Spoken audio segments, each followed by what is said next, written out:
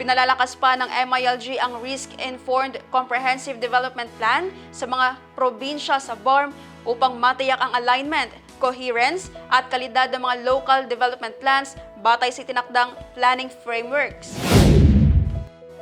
Lumahok ang Provincial Planning and Development Office kasama ang Provincial Disaster Risk Reduction and Management Office at MILGOO Maguindanao del Norte sa Training of Trainers o TOT on the Risk-Informed CDP Plus Assessment na isinagawa ng MILG noong May 13 hanggang 15 sa Davao City. Layunin ng aktibidad na palakasin ang kapasidad ng mga provincial technical teams sa pagsasagawa ng CDP Plus assessments at matiyak ang alignment, coherence at kalidad ng mga local development plans batay sa tinakdang planning frameworks. Pinangunahan ng Ministry of the Interior and Local Government BARM, katuwang ang iba't ibang partner regional offices, ang orientation upang isulong ang mas harmonized, evidence-based at risk-informed development planning sa mga local government units sa rehiyon.